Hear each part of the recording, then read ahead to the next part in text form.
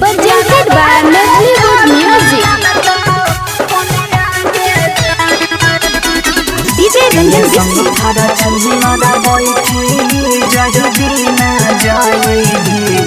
Sai Recording Studio, Delhi.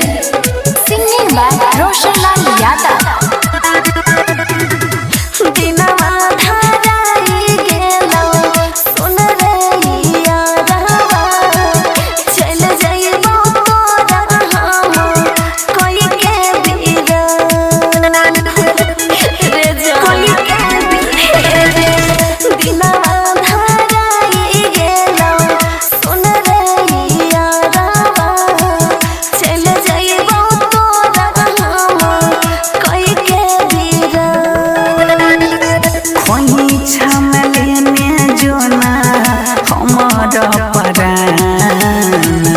पिया संग फरचू नदा बैठी जही दीना जई भीगे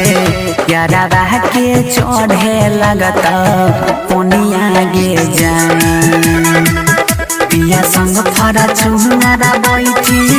जही दीना जई भीगे यारा बाह के चढ़े लगत पोनिया गे जान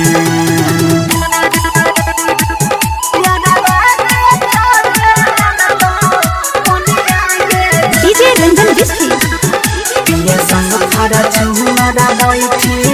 जही दीना जई भीगे घर परिवार के चलते छिया जबूर रे डर बड़ी लागो हमारा हो पहिले दूर रे विश्वास करना घर परिवार के चलते छिया जबूर रे डर बड़ी लागो हमारा हो पहिले दूर रे कोई दी के नहीं जोगे ना हमें अपना पिया संग फरचू नदा बैठी जही दीना जई भीगे यारा बाह के चढ़े लगत पोनिया गे जान पिया संग फरचू नदा बैठी जही दीना जई भीगे यारा बाह के चढ़े लगत पोनिया गे जान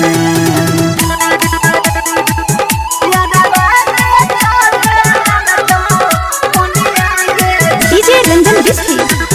पिया संग फरचू नदा बैठी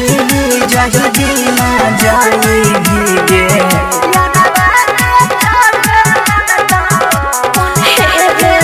रोशन लाल सुने बात हमार रे दोसर पटाइले बाबू एगो लभर रे अरे पटाइले ना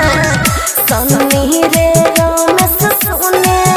बात हमार रे दोसर पटाइले बाबू एगो लभर रे गुहुआ के देखे जई है कफनो के दान पिया संग फरचू नदा बैठी जही दीना जई भीगे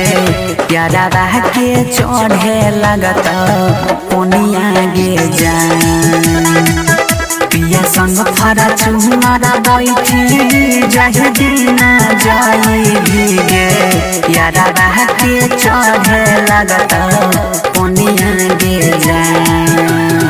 Sai Recording Studio.